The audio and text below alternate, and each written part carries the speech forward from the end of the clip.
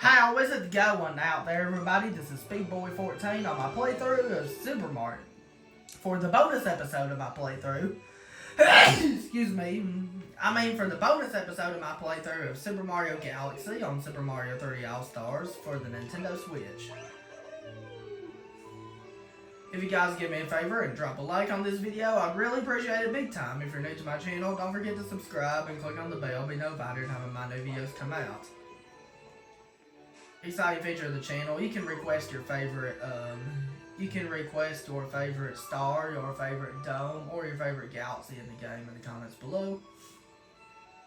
Also, let me know down in the comments below for a question of the video, what is your favorite fairy tale? I would love to know, since we're going to read Rosalina's Storybook. So let's get started with it.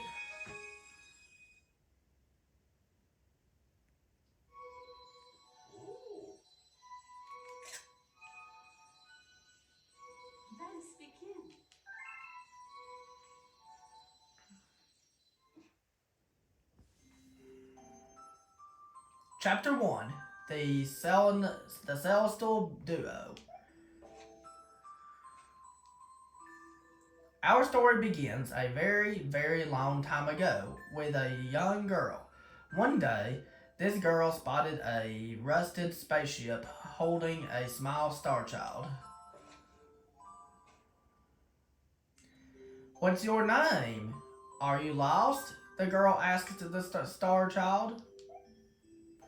"I'm Luma, and I'm waiting for Mama. She's coming for me on a comet," said the star child, who had been waiting day and night. "Don't worry, I'll wait with you," the little girl promised Luma.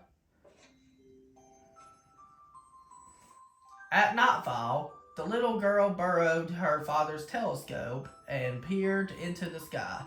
She looked and looked, but saw nothing. Hours turned into days, and then years, but still the sky revealed nothing. Finally, the little girl sighed and said to Luma, "If we stay here looking much longer, I'll be an old lady soon." But then she had an idea. "Excuse me, why don't we go out there and find your mother over ourselves?" The girl and Luma fixed up the rusty spaceship, and then the two set sail into the starry sky. And this is how the search for the celestial mother began. Chapter 2, Starbits. Days passed with no sight of the comet or even a single planet. Instead, asteroids extended for as far as the eye could see. "If I had known it was going to take this long, I would have packed more jam," said the little girl, above the rumble of her belly. Before they left, she had packed all the essentials: telescope, butterfly net, stuffed bunny, bread, milk, jam, and apricot flavored tea. But I forgot to bring water. At this, Luma burst into gales of laughter, and the girl began to pout. "As long as I have Starbits, I'll be fine," said Luma. "What? Some?" The little girl couldn't stay mad after hearing this. Luma continued to laugh, and the girl couldn't help but join in. "All right, maybe just a nibble." Leaning far out of the ship, the pair began to collect starbits with the girl's net. They almost fell out a few times, but they kept on collecting. The starbits tasted like honey. Chapter 3: The Comet. A beam of light pierced through the ship's window, thinking it was the morning sun. The girl peered through the window, only to find a turquoise blue comet shimmering at her. The little girl shook the sleeping Luma awake and shouted excitedly, "We have to get to that comet!" The pair descended on the comet and found that it was made of ice. They looked high and low, but Luma's mother was nowhere near to be found. Exhausted, the little girl sat down with a flop, utterly unable to take another step. "Look!" Peering down at the icy ground where Luma was pointing, the girl suddenly noticed clusters of star bits encased in the ice. "Pretty good, huh? Finding star bits is my specialty," said Luma, beaming. "There's ice here, but it's so warm. I'll bet there's water here too." The two decided to stay on the comet for a while. Riding the turquoise comet, the pair continued their search for Luma's mother. Chapter 4: The Dream. One night, the girl dreamed about her own mother. "Where are you going?" she asked her mother's retreating back. Without returning, her mother replied, "Don't fret, dear, rest. I'm not going anywhere. I'm always watching over you, like the sun in the day and the moon in the night."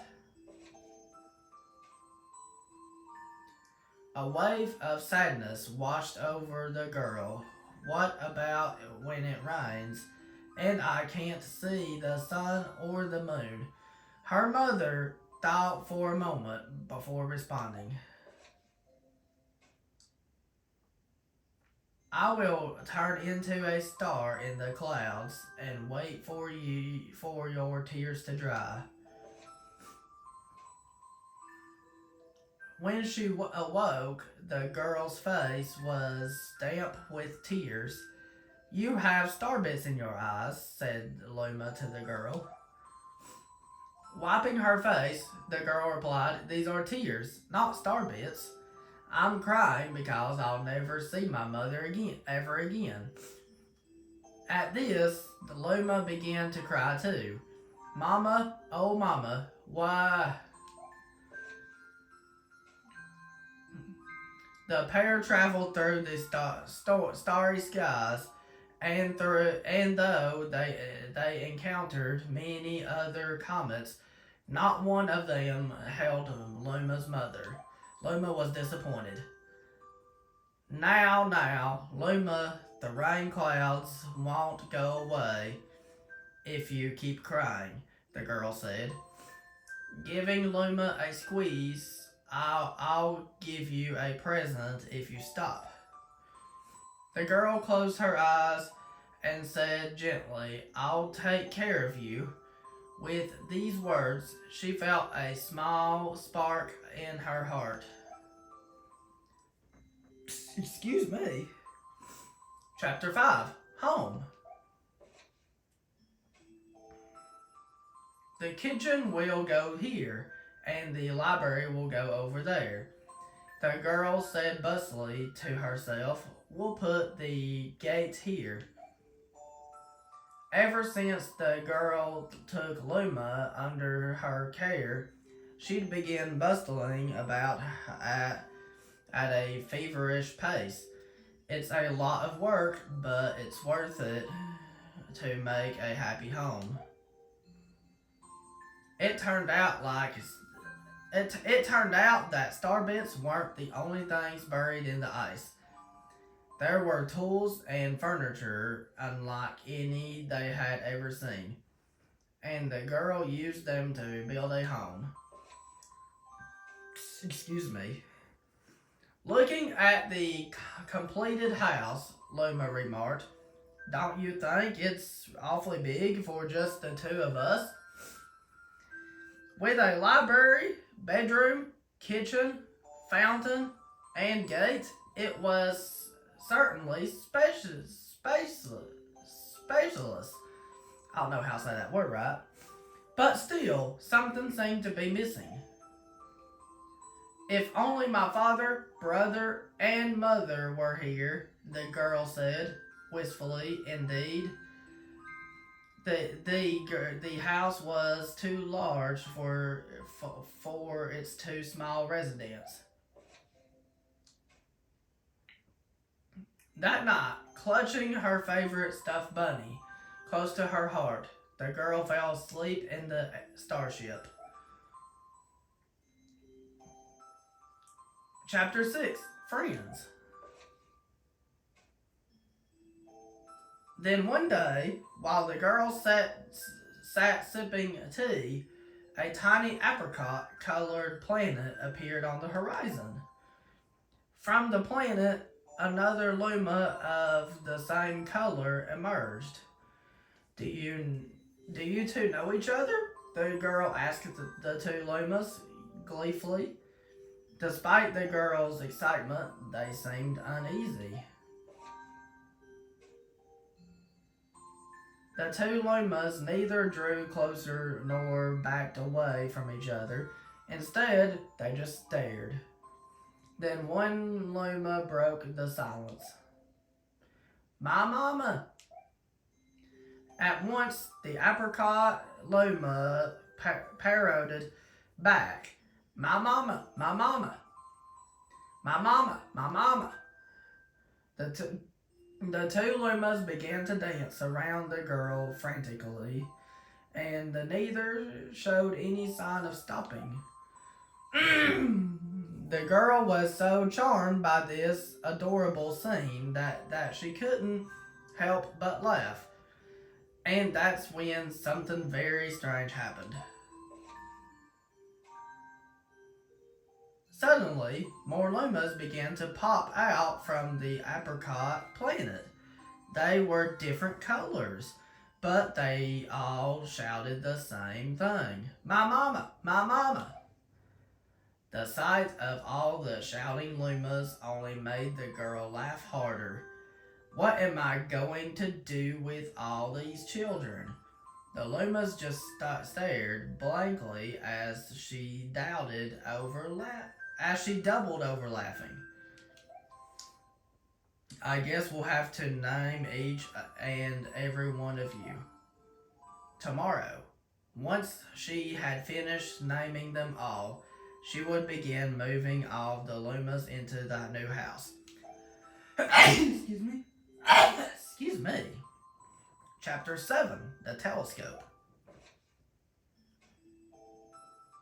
After seeing their 100th comet, a sudden thought popped into the girl's head. "I wonder if my home planet is still as blue as it was." That's when she remembered her father's telescope. Peeking into the telescope, a tiny blue dot floated into sight. It was smaller than a star bit. "How strange. It's so far away, but it feels so close." She twisted the knob of the telescope, and the blue dot grew until she could make out a grassy hill dotted with flowers. It seemed very familiar to her. Zooming even closer, a terrace on the hill came into view. "I used to go stargazing there when I lived on my home planet." She remembered rubbing the sleep out of her eyes as she followed her father up that hill to look at the stars. She remembered how she and her brother would sled down that hill. She remembered having picnics. She remembered having picnics with her mother on that hill on bright and windy days. And I want to go home. I want to go home right now. The girl busted into tears, and the Lumas didn't know what to do. I want to go home. I want to go back to my house by the hill. I want to see my mother. The girl was shouting now, her face with wet tears. But I know she's not there. I know all along that she wasn't out there in the sky because she's sleeping under the tree on the hill. The girl cries echoed through the stars, and a hush fell over the area. Chapter 8: The Wish. Though usually quite cheery, one day the girl became sad again. Luma drew closer and tried to comfort her. Mama, you still have me. And don't be sad about your mama because she's a part of you. That means she's always close by. It's like me. I love star bits because they remind me of my mama. No, no, the girl said, unable to stop the tears. A lonely look flickered across Luma's face, but it was soon replaced by a wide grin. I have an idea. I will transform into a comet, a soaring comet that can carry you all on this journey. With that, Luma trailing bands of white soared high into the sky and just as quickly started to plummet back down. Kaboom! Kablam! The ground shook and a bright light poured out of the crater that the Luma had created.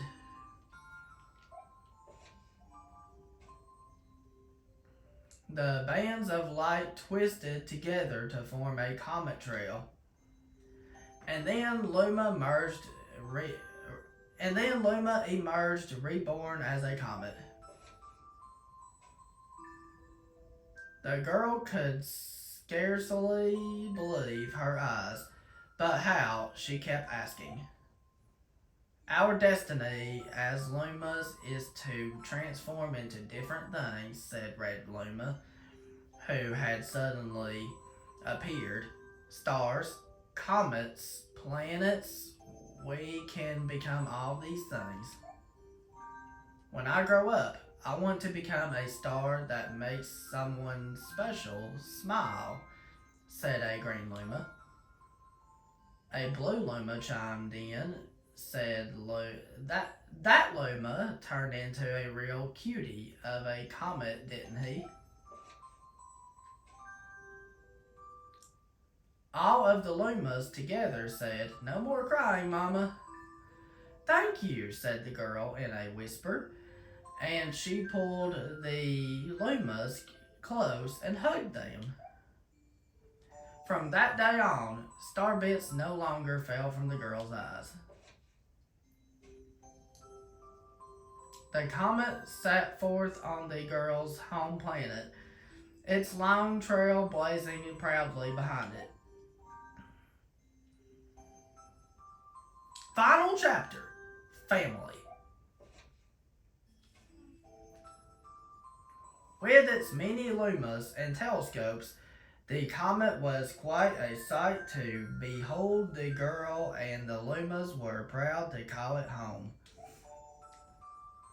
At a welcoming party for a new Luma, the girl gathered everyone in the kitchen and said in a louder voice than usual, "All right, everyone, let's make a cake. A cake sprinkled with star bits. Then it will be a star cake." The Lumas excitedly began to gather the ingredients. As she watched the Lumas scurry about, the girl smiled and thought to herself, "This is my family now, and I will stay with them until they're ready to leave the nest. And when they do leave, I will see them off with a smile. Because that's what makes a mother happiest." That night, when the girl lay down to sleep, a soft light enveloped her and reminded her of the blue planet she once called home. But it was not. But it would be nice to return home once every 100 years to nap in my favorite sleeping nook. The comet carrying the Lumas and the girl continues on its journey to this very day. With more family members in tow than can be counted, it's said that the comet visits the girl's home planet once every 100 years. Its proud white tail glittering in the sky. Excuse me. The end. Yay, we read it. That's all. That's all. My story is finished. That was an awesome story. I really enjoyed reading that. I hope you guys really enjoyed hearing me read it. Alright guys, that's it. Thank you very much for watching, guys. If you enjoyed, don't forget to drop a like. If you're new to my channel, don't forget to click that subscribe button and click on the bell to be notified every time I make new videos. And have a wonderful day. And be looking forward to me starting my Super Mario 3D World playthrough today. Peace, Republic of Speed Boy.